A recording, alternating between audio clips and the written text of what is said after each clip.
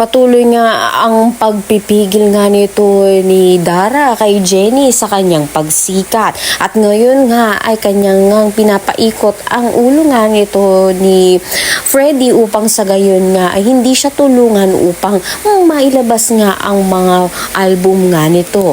Kaya naman mapipilitan si Freddy na makipagtulungan nga kay Dara. Maibibigay nga niya itong ginawang kanta ni Jenny kay Dara na kung saan nga ipapasa niya nga itong kay Megan. Nagulat si Megan dahil na nga rin sa hindi nga niya gusto sana mangyari ito na agawin kay Jenny ang mga kanta nga nito. Ngunit ito nga rin ang tutulong sa kanya upang umangat. Ngunit hindi nga alam ng mag-ina na ito nga binigay nito ni Jenny na isang mga album na gawa nga niya na naglalaman ng kanta ay hindi naman ang buong gawa nga nito.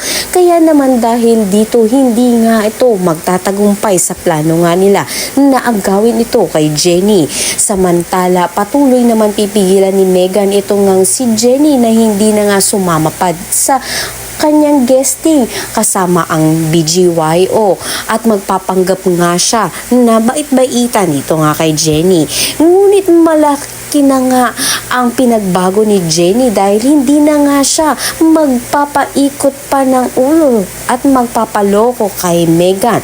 Kaya naman pakatutukan nga natin dito kung magtatagumpay nga ba talaga itong mag-ina sa pagpapabagsak kay Jenny at hindi nga muling makabangon at maging sikat ito. Ang lahat ng yan, abangan natin. Maraming salamat sa inyong panood.